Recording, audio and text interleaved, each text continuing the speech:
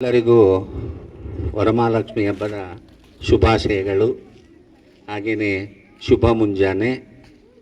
ಇವತ್ತು ನನಗಂತೂ ತುಂಬ ಖುಷಿಯಾಗಿದೆ. ಇಂಥ ಒಂದು ಕಾರ್ಯಕ್ರಮವನ್ನು ನಾನು ತಪ್ಪಿಸ್ಕೊಂಡ್ಬಿಡ್ತಿದ್ದೆ ಅಂತ.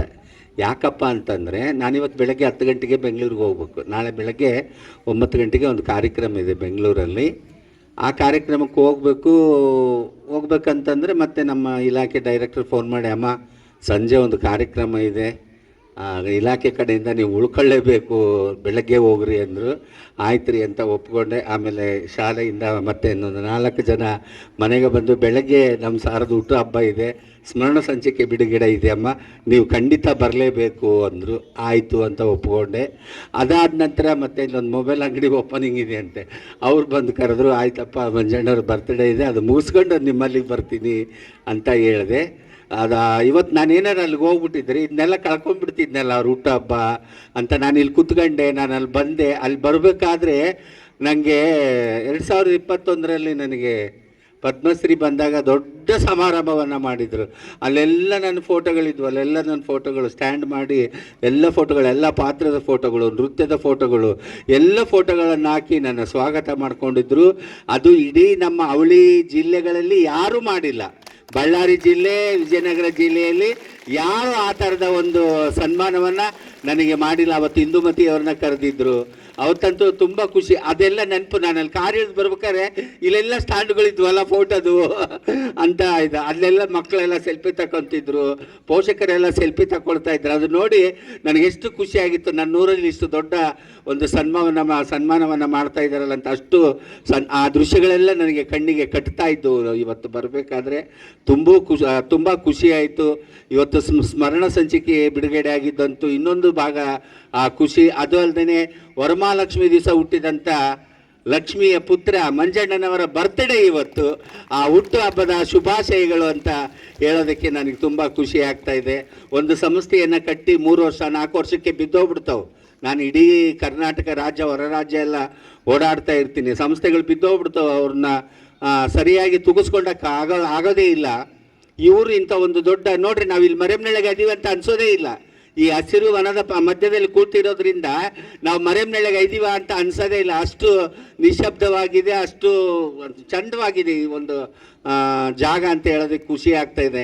ಇವತ್ತು ಅವರು ಹುಟ್ಟು ಹಬ್ಬ ಮಾಡ್ಕೊಂಡಿದ್ದಾರೆ. 100 ವರ್ಷ ಹುಟ್ಟು ಹಬ್ಬಗಳನ್ನು ಮಾಡ್ಕೊಳ್ತಾ ಇರಲಿ ಅಂತ ಹೇಳೋದಕ್ಕೆ ಖುಷಿ ಆಗ್ತಾ ಇದೆ. ಇವತ್ತು ತುಂಬ ಮಕ್ಕಳಿದ್ದೀರಾ ನೀವು.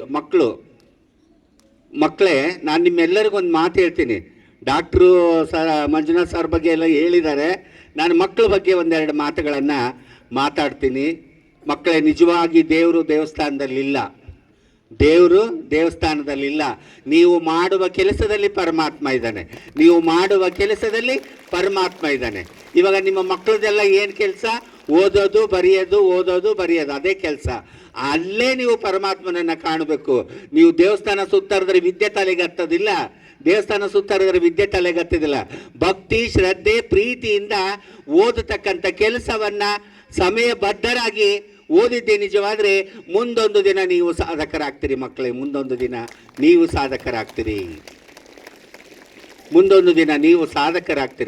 ನೀವು ಯಾರು ಪ್ರೀತಿ, ಭಕ್ತಿ, ಶ್ರದ್ಧೆ ಎಲ್ಲದಕ್ಕಂತೂ ಮುಖ್ಯವಾಗಿ ಸಮಯ ಪ್ರಜ್ಞಾವಂತರಾಗಬೇಕು. ನೀವೇನು ಟೈಮ್ ಸೆನ್ಸ್ ಅಂತೀರಲ್ಲ, ಸಮಯ ಪ್ರಜ್ಞಾವಂತರಾಗಬೇಕು. ಯಾವ ಟೈಮಿಗೆ ಹೇಳಬೇಕು, ಯಾವ ಟೈಮಿಗೆ ಓದಬೇಕು, ಯಾವ ಟೈಮಿಗೆ ಬರೀಬೇಕು, ಯಾವ ಟೈಮಿಗೆ ಊಟ ಮಾಡಬೇಕು, ಯಾವ ಟೈಮಿಗೆ ಕೆಲಸ ಮಾಡಬೇಕು, ಯಾವ ಟೈಮಿಗೆ ಸ್ಕೂಲ್ಗೆ ಹೋಗ್ಬೇಕು, ಯಾವ ಟೈಮಿಗೆ ನಾವು ಶಾಲೆಯ ಕೆಲಸಗಳನ್ನು ಮಾಡಬೇಕು ಅನ್ನೋದನ್ನು ಟೈಮ್ ಟೇಬಲ್ ಮಾಡ್ಕೋಬೇಕು. ವೇಳಾಪಟ್ಟಿಯನ್ನು ಮಾಡಿಕೊಂಡ್ರೆ ನೀವು ನಿಜವಾಗೂ ಸಾಧಕರಾಗ್ತೀರಿ. ಸಮಯಕ್ಕೆ ಯಾರು ಗೌರವ ಕೊಡ್ತಾರೋ ಆ ಸಮಯ ಮುಂದೊಂದು ದಿನ ನಿಮಗೆ ಗೌರವ ಕೊಡುತ್ತೆ. ಮಕ್ಕಳೇ, ಆ ಸಮಯ ಮುಂದೊಂದು ದಿನ ನಿಮಗೆ ಗೌರವ ಕೊಡುತ್ತೆ.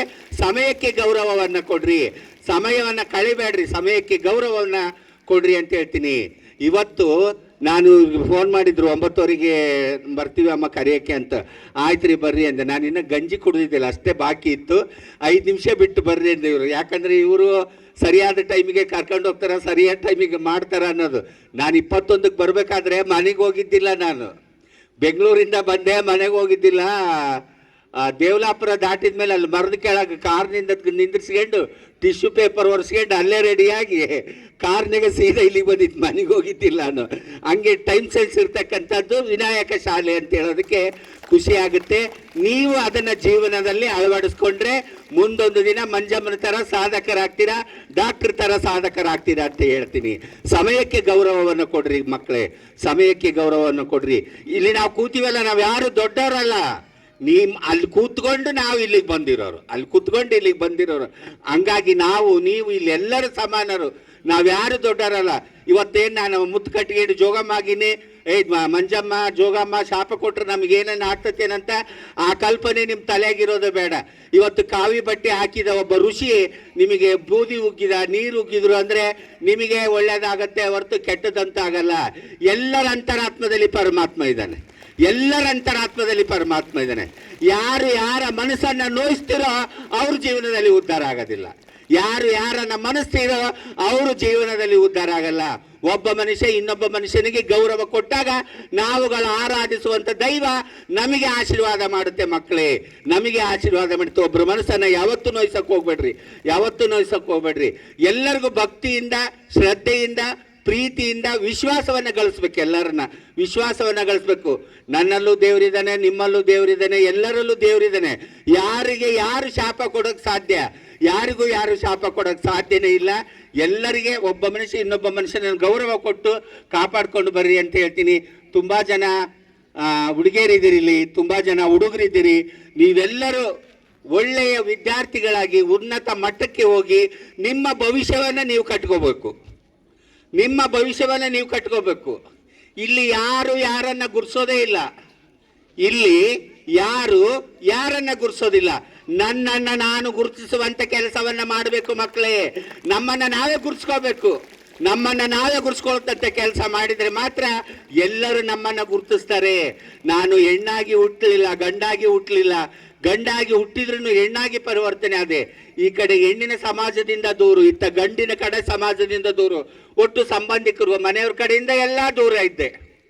ಇವನು ಹುಟ್ಟಿದ್ದೇ ದಂಡ, ಇವನಿಗೆ ವಿಷ ಕೊಟ್ಟು ಸಾಯಿಸ್ರಿ ಅಂದ್ರು ನಮ್ಮ ತಂದೆ ತಾಯಿ, ಬಂಧು ಬಳಗ. ನೀನು ನಮ್ಮ ಮನೆಗೆ ಇರಬೇಡ ಅಂತ ಹೊರಗೆ ಹಾಕಿದ್ರು. ನೀನು ಕುರುಡ ಕುಂಟ ಹಾಕಿದ್ರೆ ನಿನಗೆ ಕೂಳ ಹಾಕ್ತಿದ್ವಿ ಕುಂದ್ರಿಸಿ ಅಂದರು. ನೀನು ಗಂಡಸಾಗಿದ್ರೆ ಮದುವೆ ಮಾಡಿಕೊಡ್ತಿದ್ವಿ, ಹೆಣ್ಣಾಗಿದ್ರೆ ಮದುವೆ ಮಾಡಿಕೊಡ್ತಿದ್ವಿ. ನೀನು ನಮ್ಮ ಮನೆಗೆ ಇರಬೇಡ, ನೀನು ನನ್ನನ್ನು ಮನೆ ಬಿಟ್ಟು ಹೋಗು ಅಂದರು. ಮನೆಗೆ ಇರಬೇಡ ಅಂತ ತಂದೆ ತಾಯಿನೇ ನನ್ನನ್ನು ಮನೆ ಬಿಟ್ಟು ಹೊರಗೆ ಹೋಗಿದ್ರು. ನಾ ಯಾರ ಹತ್ರ ಹೋಗ್ಬೇಕು ಅವಾಗ? ಯಾರ ಹತ್ರ ಹೋಗ್ಬೇಕು? ಯಾರ ಹತ್ರ ಹೋಗೋಕ್ಕೆ ಅವಕಾಶನೇ ಇಲ್ದ. ಆಗ ನಾನು ನಿರ್ಧಾರ ಮಾಡಿದೆ, ಬಸ್ ಸ್ಟ್ಯಾಂಡ್ನಾಗ ಒಬ್ರು ಯಾರೋ ಕುಣಿತಾ ಇದ್ರು, ಆ ಹುಡುಗ ಕುಣಿತಾನೆ, ನಾನು ಕುಣಿಬೇಕಂತ ನಿರ್ಧಾರ ಮಾಡಿ ಅವನ ಜೊತೆಗೆ ನಾನು ಕುಣಿಯೋದಕ್ಕೆ ಹೋದೆ.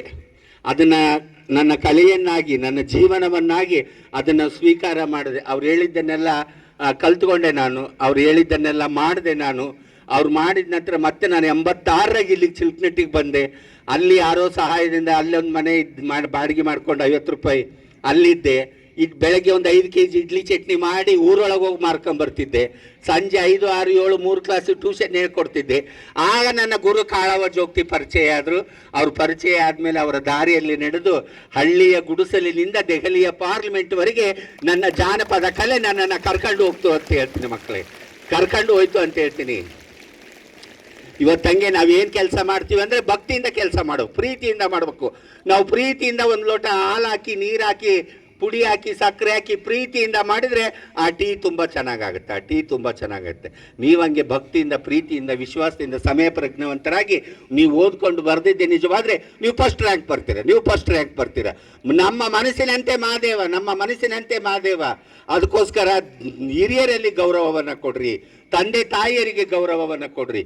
ಇವತ್ತು ನೋಡ್ರಿ, ಇಂಥ ಒಂದು ದೊಡ್ಡ ಸಂಸ್ಥೆಯಲ್ಲಿ ನೀವೆಲ್ಲ ಇಲ್ಲಿ ಬಂದು ಇಷ್ಟರ ಮಟ್ಟಿಗೆ ಒಂದೇ ವೇಷಭೂಷಣಗಳನ್ನು ಹಾಕ್ಕೊಂಡು ಅಷ್ಟೆಲ್ಲ ಖರ್ಚಿಟ್ಕೊಂಡು ಅಷ್ಟೆಲ್ಲ ಫೀಸ್ ಕಟ್ಟಿ ನಿಮ್ಮ ತಂದೆ ತಾಯಿ ಶಾಲೆ ಕಳಿಸ್ತಾ ಇದಾರಂದರೆ ನಿಮ್ಮ ತಂದೆ ತಾಯಿಯ ಶ್ರಮ ಎಷ್ಟು ದೊಡ್ಡದಿರುತ್ತೆ ಗೊತ್ತಾ? ನಿಮ್ಮ ತಾಯಿ ಯಾರ ಮನೇಲಿ ಮುಸ್ರೆ ತಿಕ್ತಾಳೋ, ನಿಮ್ಮ ತಾಯಿ ಯಾರ ಮನೆ ಕೆಲಸಕ್ಕೆ ಹೋಗ್ತಾಳೋ, ನಿಮ್ಮ ತಂದೆ ಯಾರು ಆಟೋ ಓಡಿಸ್ತಾನೋ, ನಿಮ್ಮ ತಂದೆ ಯಾವ ಗೋಡೆ ಕಟ್ತಾನೋ, ನಿಮ್ಮ ತಂದೆ ಯಾವ ಗೇಟ್ ಕಾಯ್ತಾನೋ, ನಿಮ್ಮ ತಂದೆ ಯಾವ ಪಾರ್ಕಲ್ಲಿ ಕೆಲಸ ಮಾಡ್ತಾನೋ ಗೋಡೆ ಕಟ್ತಾನೋ ಯಾರಿಗೆ ಗೊತ್ತು. ನಾವು ದಡ್ಡರಾಗಿದ್ದೀವಿ, ನಮ್ಮ ಮಕ್ಕಳು ದಡ್ಡರಾಗಬಾರ್ದಂತ ಇಂಥ ಒಂದು ದೊಡ್ಡ ಸಂಸ್ಥೆಗೆ ನಿಮ್ಮನ್ನೆಲ್ಲ ತಂದು ಹಾಕಿದ್ದಾರೆ ಅಂದಮೇಲೆ ಅಂಥ ತಂದೆ ತಾಯಿಗೆ ಗೌರವವನ್ನು ಕೊಡ್ರಿ ಮಕ್ಕಳೇ. ಅವರಿಗೆ ಕೆಟ್ಟ ಹೆಸರನ್ನು ತಂದು ಕೊಡಕ್ಕೆ ಹೋಗ್ಬೇಡ್ರಿ, ಅವರಿಗೆ ಕೆಟ್ಟ ಹೆಸರನ್ನು ತಂದು ಕೊಡಕ್ಕೆ ಹೋಗ್ಬೇಡ್ರಿ. ನೀವೆಲ್ಲ ಮಕ್ಕಳು ನಿಮ್ಮ ತಂದೆಯನ್ನ ತಾಯಿಯನ್ನ ನಿಮಗೆ ವಯಸ್ಸಾಗೋ ತನಕ ಬರೀ ಅಮೃತವನ್ನೇ ಉಣಿಸಿ ಹೂವಿನ ಹಾಸಿಗೆಯಲ್ಲೇ ಮಲಗಿಸಿದ್ರೂ ಆ ತಾಯಿಯ ಋಣ ತೀರ್ಸಕ್ಕಾಗಲ್ಲ, ತಾಯಿಯ ಋಣ ತೀರ್ಸಕ್ಕಾಗಲ್ಲ. ಆ ತಾಯಿ 9 ತಿಂಗಳು 9 ದಿವಸ 9 ಗಳಿಗೆ ತನ್ನ ಗರ್ಭದಲ್ಲಿ ಇಟ್ಟುಕೊಂಡು ಒಂದೇ ಒಂದು ಸಾರಿ ಹೊಸಲಿ ದಾಟಿದ ಋಣವನ್ನು ತೀರ್ಸಕ್ಕಾಗಲ್ಲ ಮಕ್ಕಳೇ. ನಮ್ಮ ಕೈಲಿ ಒಂದೇ ಒಂದು ಸಲ ಹೊಸ್ಲಿ ದಾಟಿದ ಋಣವನ್ನು ತೀರ್ಸಕ್ಕಾಗಲ್ಲ. ಗರ್ಭಿಣಿ ಇದ್ದಾಗ ಒಂದೇ ಒಂದು ಸಾರಿ ಹೊಸ್ಲಿ ದಾಟಿದ ಋಣವನ್ನು ತೀರ್ಸಕ್ಕಾಗಲ್ಲ. ತಂದೆ ತಾಯಿಗೆ ಮೋಸ ಮಾಡಬೇಡ್ರಿ, ತಂದೆ ತಾಯಿಗೆ ಅನ್ಯಾಯ ಮಾಡಬೇಡ್ರಿ, ತಂದೆ ತಾಯಿಗೆ ಗೌರವವನ್ನು ಕೊಡ್ರಿ ಮಕ್ಕಳೇ. ತಂದೆ ತಾಯಿಗೆ ಗೌರವವನ್ನು ಕೊಡ್ರಿ. ನೀವು ತಂದೆ ತಾಯಿಗೆ ಗೌರವವನ್ನು ಕೊಟ್ಟರೆ ಆ ದೇವರು ನಿಮಗೆ ಒಳ್ಳೆಯ ಆಶೀರ್ವಾದವನ್ನು ಮಾಡ್ತಾನೆ, ಒಳ್ಳೆಯ ಆಶೀರ್ವಾದ ಮಾಡ್ತಾನೆ. ನೀವು ಎಲ್ಲ ಮಕ್ಕಳು ತಂದೆ ತಾಯಿಗೆ ಗೌರವವನ್ನು ಕೊಡ್ರಿ. ಇವತ್ತು ನಿಮ್ಮ ತಾಯಿ ಹೇಳ್ತಾಳೆ, ಅವ್ರ ಮನೆ ಹತ್ರ ಹೋಗ್ಬೇಡ, ಆ ಜಾಗಕ್ಕೆ ಹೋಗ್ಬೇಡ, ನೀನು ಅವನ ಜೊತೆಗೆ ಹೋಗ್ಬೇಡ, ನೀನು ಅಲ್ಲಿಗೆ ಹೋಗ್ಬೇಡ ಅಂತ ಹೇಳ್ತಾರಂದರೆ ಅವರಿಗೆ ನಿಮ್ಮ ವಯಸ್ಸಿನಲ್ಲಿ ಏನೋ ಒಂದು ಕೆಟ್ಟದ್ದಾಗಿರುತ್ತೆ, ಏನೋ ಒಂದು ತೊಂದರೆ ಆಗಿರುತ್ತೆ. ಅದಕ್ಕೋಸ್ಕರ ನಾನು ಅನುಭವಿಸಿದಂಥ ನೋವುಗಳು ನನ್ನ ಮಕ್ಕಳು ಅನುಭವಿಸ್ಬಾರ್ದು, ಆ ಜಾಗಕ್ಕೆ ಹೋಗ್ಬೇಡ್ರಿ ಅಂತಾರೆ. ನೀವೇನು ಮಾಡ್ತೀರಿ? ಅಲ್ಲಿಗೆ ಹೋಗ್ಬೇಡ್ರಿ ಅಂದರೆ ಹಠ ಮಾಡಿ ಅಲ್ಲಿಗೆ ಹೋಗ್ತೀರಿ, ಅವ್ರ ಹತ್ರ ಜಗಳ ಮಾಡ್ತೀರಿ, ಅವ್ರ ಹತ್ರ ಏನೆಲ್ಲ ತೊಂದರೆ ತೊಗೊಳ್ತೀರಿ. ಹಂಗೆ ಮಾಡಬೇಡ್ರಿ. ದಯವಿಟ್ಟು ಮಕ್ಕಳು ತಂದೆ ತಾಯಿಗೆ ಗೌರವವನ್ನು ಕೊಡ್ರಿ, ಹಿರಿಯರಿಗೆ ಗೌರವವನ್ನು ಕೊಡ್ರಿ ಅಂತ ಹೇಳೋದಕ್ಕೆ ಇಷ್ಟಪಡ್ತೀನಿ. ಅದೇ ರೀತಿಯಾಗಿ ಸರ್ವಜ್ಞ ಒಂದು ಮಾತು ಹೇಳಿದ್ದಾನೆ, ಹರ ಮುನಿದರೆ ಗುರು ಕಾಯಬಲ್ಲ, ಗುರು ಮುನಿದರೆ ಹರ ಕಾಯಬಲ್ಲನೆ ಅಂತ. ಇವತ್ತು ಪರಮಾತ್ಮನಿಗೆ ಏನಾದರೂ ಸಿಟ್ಟು ಬಂದು ಶಾಪ ಕೊಡೋಕೆ ಬಂದರೆ ಗುರು ಆದವನು ತಡೆಗಡ್ತಾನೆ, ಕಬಡದಾರು. ಯಾರು ನೀನು? ನನ್ನ ಶಿಷ್ಯನಿಗೆ ಯಾಕೆ ಶಾಪ ಕೊಡ್ತೀಯ, ಯಾಕೆ ಕಷ್ಟ ಕೊಡ್ತೀಯ, ಯಾಕೆ ತೊಂದರೆ ಕೊಡ್ತೀಯ ಅಂತ ಗುರು ಆದನು ನಿಲ್ಲಿಸ್ತಾನೆ ಪರಮಾತ್ಮನನ್ನು. ಅದೇ ಗುರುವಿಗೆ ಸಿಟ್ಟು ಬಂತಂದರೆ ಪರಮಾತ್ಮ ಡೋಂಟ್ ಕೇರ್, ಏನು ಮಾಡೋಕ್ಕಾಗಲ್ಲ. ಪರಮಾತ್ಮ ಗುರುಗಳಿಗೆ ಸಿಟ್ಟು ಬಂತಂದರೆ ಪರಮಾತ್ಮ ಏನು ಮಾಡೋಕ್ಕಾಗಲ್ಲ. ಅದಕ್ಕೋಸ್ಕರ ಹರ ಮುನಿದರೆ ಗುರು ಕಾಯಬಲ್ಲ, ಗುರು ಮುನಿದರೆ ಹರ ಕಾಯಬಲ್ಲನಿ ಅಂತ ಹೇಳಿದ್ದಾರೆ. ನನ್ನ 2 ಕನ್ನಡ ಪುಸ್ತಕ ಇದ್ದಾವೆ. ಮಂಜಮ್ಮ ಜೋಗತಿ ಅನ್ನೋದು ಒಂದು, ನಡುವೆ ಸುಳಿವ ಹೆಣ್ಣು ಅನ್ನೋದು ಒಂದು ಪುಸ್ತಕ ಇದೆ. 2 ಪುಸ್ತಕದಲ್ಲಿ ಗುರುವಿಗೆ ಕಪಾಳ ಮೋಕ್ಷ ಅಂತ ಒಂದು ಸಬ್ಜೆಕ್ಟ್ ಇದೆ, ಒಂದು ಅಧ್ಯಾಯ ಇದೆ, ಗುರುವಿಗೆ ಕಪಾಳ ಮೋಕ್ಷ ಅಂತ. ಅಂದರೆ ನನ್ನ ಗುರುಗಳಿಗೆ, ಅಂದರೆ ಕಾಳವ ಜೋಗತಿಯವರಿಗೆ ನಾನು ಹೊಡೆದಿದ್ದೀನಿ ಒಂದು ಸರಿ, ನಾನು ಹೊಡೆದಿದ್ದೀನಿ. ನೀವು ಹೊಡಿತೀರೇನೋ? ಹೊಡಿತೀರಾ? ನಿಮ್ಮ ಗುರುಗಳಿಗೆ ಹೊಡಿತೀರೇನೋ ನೀವು? ಇಲ್ಲಲ್ಲ, ಹೊಡೆದು ನೋಡ್ರಿ, ಆಮೇಲೆ ಏನಾಕತ್ತಂತ ಗೊತ್ತಾಗುತ್ತೆ. ನನ್ನ SSLC ಓದೋ ಮಕ್ಕಳು ನಿಮ್ಮ ಸಾರಿಗೆ ಒಂದು ಬುಕ್ಕ ಕೊಡ್ತೀನಿ ಇವತ್ತು, ಫ್ರಮ್ ಮಂಜುನಾಥ ಟು ಮಂಜಮ್ಮ ಅನ್ನೋದು ಇಂಗ್ಲೀಷ್ ಬುಕ್ಕ. ಅದರಲ್ಲಿ ಐತು, ಓದ್ರಿ ಮಂಜಮ್ಮಗೆ ಏನಾಗಿತ್ತು ಗುರುಗಳು ಹೊಡೆದ ಮೇಲೆ ಅಂತ. ನನ್ನ ಗುರುಗಳಿಗೆ ಹೊಡೆದು ಅವ್ರ ಹತ್ರ ಜಗಳ ಮಾಡಿ ಕೊಡ್ತೀನಿ ಬಿಟ್ಟು ಬಂದು ನಾನು ನಿಮ್ಮ ಹತ್ರ ಬರೋದಿಲ್ಲ ಅಂತ ಅವ್ರನ್ನ ಬಿಟ್ಟುಬಿಟ್ಟೆ, ಹೊಡೆದು ಬಿಟ್ಟೆ. ನಂದು ಬಿಸಿ ರಕ್ತ. ಆವಾಗ ಯಾರೋ ಏನೋ ಪಿನ್ ಇಟ್ಬಿಟ್ರು, ಕಾಳವ ಜೋಗ್ತಿ ನನ್ನ ಹತ್ರ ಜಗಳ ಮಾಡಿಬಿಟ್ಲು, ಒಂದು ಡೇಟ್ ಬಿಟ್ಲು, ನಾನು ಸುಮ್ಮನೆ ಇರ್ತೀವಿ. ಕೆಲ್ಸ ಅದೇನಂತಾರೆ, ಅದು ಏಕ್ ಮಾರ್ 2 ತುಕ್ಕಡ ಅಂದರೆ ಏಕ್ ಮಾರ್ 50 ತುಕ್ಕಡ ಅನ್ನಂಗೆ ನಾನು ಅದೀನಿ. ಒಳ್ಳೆ ಬಿಸಿ ರಕ್ತ ಕೇಳ್ತಾ ಹಾಕ್ಯಂಡು ನೋವು ಇರಿದು ಬಿಟ್ಟೆ ಅಂದಿಗಿರ್ದಂಗೆ. ನನ್ನ ಹೊಡಿತೀನಿ ಅಂತ ನಮ್ಮ ಗುರುಗಳಿಗೆ ಹೊಡೆದೆ. ಕುಡ್ತಿ ನಾಟಕಕ್ಕೆ ಹೋಗಿದ್ವಿ, ಮತ್ತೆ ಅಲ್ಲಿಂದ ಹೊಂಟಿದ್ಲು, ಮತ್ತೆ ಎಲ್ಲ ಸಮಾಧಾನ ಮಾಡಿ ನಿಂದ್ರಿಸಿ ನಾಟಕ ಮಾಡಿದ್ವಿ. ಬೆಳಗ್ಗೆ ನಾನೇ ತಪ್ಪು ಕೆಲಸ ಮಾಡಿದ್ವಿ, ಇನ್ಮೇಲೆ ನಿಮ್ಮ ಜೊತೆಗೆ ಬರೋಂಗಿಲ್ಲ, ನಾನು ಕರಿಬೇಡ್ರಿ ಅಂತಂದು ಅಲ್ಲಿ ಬಿಟ್ಟು ನಾನು ಅಲ್ಲೇ ಮನೆಗೆ ಹೋಗೋದು ಬರೋದು ಮಾಡಿದ್ದೆ. 3 ತಿಂಗಳೋಗಿ ಮನೆಗೆ ಕೂತ್ಕೊಂಡೆ. ಆಮೇಲೆ ಬಂದೆ, ಚಿಲ್ಕನಿಟ್ಟಿಲಿದ್ದ ಮನೆ ಖಾಲಿ ಮಾಡ್ಕೊಂಡು ಅಗ್ರಿಬೊಮ್ಮನಳ್ಳಿಗೆ ಹೋದೆ. ಅಲ್ಲೊಬ್ಬರು 3 ಜೋಗಮ್ಮರಿದ್ದರು, ಅವ್ರ ಜೊತೆಗೆ ಸೇರ್ಕೊಂಡೆ. ಮಕ್ಕಳೇ, ಕಿವಿಗೊಟ್ಟು ಮನಸ್ಸಿನಿಂದ ಕೇಳ್ರಿ ಮಾತು. ಯಾಕೆ ಹೇಳ್ತೀನಿ ಅಂದರೆ, ಆಕಳ ಎಮ್ಮೆಯಿಂದ ಹೋದರೆ ಎಮ್ಮೆ ಏನು ತಿಂತೈತೋ ಆಕಳ ಅದನ್ನೇ ತಿನ್ನೋದು. ಅದೇ ಆಕಳದಿಂದ ಎಮ್ಮೆ ಹೋತಂದರೆ ಆಕಳ ಏನು ತಿಂತೈತೋ ಎಮ್ಮೆನೇ ಅದನ್ನೇ ತಿನ್ನೋದು. ನಾನು ಅವತ್ತು ಆಕಳವನ್ನು ಬಿಟ್ಟು ಎಮ್ಮೆಗಳ ಜೊತೆ ಹೋದೆ, ಆಕಳವನ್ನು ಬಿಟ್ಟು ಎಮ್ಮೆಗಳ ಜೊತೆ ಹೋದೆ. ಅಲ್ಲೊಂದು 50 ರೂಪಾಯಿ ಮನೆ ಬಾಡಿಗೆ ಮಾಡ್ಕೊಂಡಿದ್ದೆ. ಆ 3 ಜೋಗಮ್ಮರು ನನಗೊಂದು ಹುಡುಗನ ಜೋಡಿಸ್ಕೊಟ್ರು. ಆ ಹುಡುಗ ಬುಲೆಟ್ ಗಾಡಿ ಹಾಕ್ಕೊಂಬರ್ತಿದ್ರಿ ಮನೆ ಹತ್ರ. ಜೋಗಮ್ಮನ ಮನೆ ಮುಂದೆ ಬುಲೆಟ್ ಗಾಡಿ ಬರ್ತಲ್ಲ ಅಂತ ನಾನೇನು ಮಾಡ್ತಿದ್ದೆ, ಊರಾಡಿದ ಅಕ್ಕಿನೆಲ್ಲ ಮಾರಿ ಸೊನ ಮೊಸರು ಅಕ್ಕಿ ತಂದು ಅನ್ನ ಮಾಡಿ ಹಾಕ್ತಿದ್ದೆ ಅವನಿಗೆ. ಊರಾಡಿ ಜೋಳ ಮಾರಿ ಬಿಳಿ ಜೋಳ ತಂದು ರೊಟ್ಟಿ ಸುಟ್ಟು ಹಾಕ್ತಿದ್ದೆ. ಮಕ್ಕಳೇ, ದಿನ ಸಂಜೆ ಬಾಡಿಗೆ ಎಣ್ಣೆ ಹಾಕಿಸ್ತಿದ್ದೆ, ಬೆಳಗ್ಗೆ ಗಾಡಿಗೆ ಎಣ್ಣೆ ಹಾಕಿಸ್ತಿದ್ದೆ. ಸಂಜೆ ಬಾಡಿಗೆ ಎಣ್ಣೆ, ಬೆಳಗ್ಗೆ ಗಾಡಿಗೆ ಎಣ್ಣೆ. ಮಂಜಮ್ಮ ದುಡಿಯೋದು 10-15 ರೂಪಾಯಿ ರೊಕ್ಕದಾಗ ಗಾಡಿಗೆ ಬಾಡಿಗೆ ಎಣ್ಣೆ ಹಾಕಿದ್ರೆ ಎಲ್ಲಿ ಉಳಿಬೇಕು ನಾನು? ಪಾಪರೆದ್ದು ಹೋಗ್ಬಿಟ್ಟು 8 ತಿಂಗಳು ಮನೆ ಬಾಡಿಗೆ ಕಟ್ಟಿಲ್ಲ, 6 ತಿಂಗಳು ರೇಷನ್ ತಂದಿದ್ದು ದುಡ್ಡು ಕಟ್ಟಿಲ್ಲ, ಉಟ್ಕೊಳಕ್ಕೆ ಬಟ್ಟೆ ಇಲ್ದಂಗೆ ಅದು ಟ್ಯಾಪೆ ಹಾಕ್ಕೊಂಡು ಬ್ಲೌಸ್ ಉಟ್ಕೊಂಡೆ, ಒಳಗೆ ಲಂಗ ಚಿದ್ರ ಹಳೆ ಬಟ್ಟೆ ಜೋಡಿಸಿ ಲಂಗ ಉಟ್ಕೊಂಡೆ, ಯಾರೋ ಕೊಟ್ಟು ಸೀರೆ ಅರ್ಕ ಸೀರೆ ಉಟ್ಕೊಂಡೆ. ಒಂದ್ಸಲ ತಮ್ರಳ್ಳಿಗೆ ಭಿಕ್ಷಾಟನೆಗೆ ಹೋದ್ರಿ, ನಮ್ಮ ಕಾಳವ ಜೋಗ್ತಿ ಟೀಮು ಬಂದಿತ್ತು, ನಮ್ಮ ಟೀಮ್ನವರು ಹೋಗಿದ್ರು. ನಾನು ಹೋದ್ರೆ ನೀನು ಪೂಜೆ ಮಾಡಿ ಬರೋದು ಲೇಟ್ ಆಗತ್ತವ, ನಾವು ಹೋಗ್ಬಿಡ್ತೀವಿ ಅಂತ ನನ್ನ ಜೊತೆಗಿದ್ದರು 3 ಜನ ಹೋಗ್ಬಿಟ್ರು. ಕಾಳವ ಜೋಗ್ತಾ ಇರುತ್ತೋ ನನ್ನ ಜೊತೆ ಮಾತಾಡ್ತಾ ಇರಲಿಲ್ಲ, ಅವ್ರ ಪಾಡಿಗೆ ಅವ್ರು ಹೋಗ್ಬಿಟ್ರು. ಹೋಗಿ ಬಸ್ ಸ್ಟ್ಯಾಂಡ್ನಾಗ ಕುತ್ಕೊಂಡಿನ ತಮ್ರಳ್ಳಿಯಾಗ ವಾಪಸ್ ಬರೋಕೆ ಅಗ್ರಿಬೊಮ್ಮನಹಳ್ಳಿ, ತಮ್ರಳ್ಳಿಯಿಂದ ಅಗ್ರಿಬೊಮ್ಮನಹಳ್ಳಿಗೆ ₹1 ಮಕ್ಕಳೇ ದುಡ್ಡು, ₹1 ಬಸ್ಸಿಗೆ ದುಡ್ಡಿಲ್ಲ ವಾಪಸ್ ಬರ್ಬೇಕಂತಂದರೆ. ಇಡೀ ದಿನ ಉಪವಾಸ ಕೂತ್ಕೊಂಡೇನೆ, ಹೊಟ್ಟೆ ಎಸ್ಕೊಂಡೈತಿ. ನಾನು ಒಬ್ಬಕ್ಕೆ ಹೋಗಿ ಎಲ್ಲಿ ಇಸ್ಕೊಂಡು ತಿಂದು ಅಭ್ಯಾಸ ಇಲ್ಲ, ಎಲ್ಲಿ ಕೇಳಿಸ್ಕೊಂಡು ತಿಂದು ಅಭ್ಯಾಸ ಇಲ್ಲ. ಬಸ್ ಸ್ಟ್ಯಾಂಡ್ನಾಗ ಸಂಜೆ 4-5 ಗಂಟೆ ತನಕ ಕೂತ್ಕೊಂಡಿನಿ. ನಾನು ಯಾರು ಏನಂತ ಮಾತಾಡ್ಸೋರಿಲ್ಲ. ಆಮೇಲೆ ಕಾಳವ ಜೋಗ್ತಿಯವ್ರು ಟೀಮ್ ಬಂದರು, ಅವರೆಲ್ಲ ಹಂಚ್ಕೊಂಡ್ರು, ಅವ್ರು ಹೊರಡಕ್ಕಂತ ಹೋದ್ರು, ಮತ್ತು ಟೀ ತರಕ್ಕೆ ಹೋದ್ರು. ಅವಾಗ ನನ್ನ ಜೊತೆಗೆ ಸೋಮವ್ವ ಜೋಗ್ತಿ ಅಂತಿದ್ರು ಗೊಲ್ರೆಳ್ಳೆಯರು, ಅವರು ಹೋಗಿ ಕಾಳವ್ಗೆ ಹೇಳಿದ್ರು, ಮಂಜಮ್ಮ ಹಿಂಗೆ ಆಗ್ಬಿಟ್ಟಾಳ, ಕರ್ಕೊಂಡು ಹೋಗೋಣ. ಬೇಡ, ಕರ್ಕೊಂಡು ಹೋಗೋದು ಬೇಡ, ಅವನು ಅನುಭವಿಸ್ಲಿ ಅಂತಂದು ಅವ್ರು ಬಿಟ್ಟರು. ಇವರು ಹೋದರು. ಆವಾಗ ಕಾಳವನ ಜೋಗ್ತಿ ಜೊತೆಗಿದ್ದೆ ಸೋಮವ್ವ ಜೋಗ್ತಿ ಬಂದು, ಆಕಿ ಗುರು ಅದಳ, ಆಕಿ ತಾಯಿ ಅದಳ, ತಪ್ಪಾಗೈತಂತ ಆಕಿ ಕಾಲಿಡಿ, ಆಕಿ ನಿನ್ನನ್ನು ಕ್ಷಮಿಸ್ತಾಳ ಅಂತ ಹೇಳಿದ್ಲು.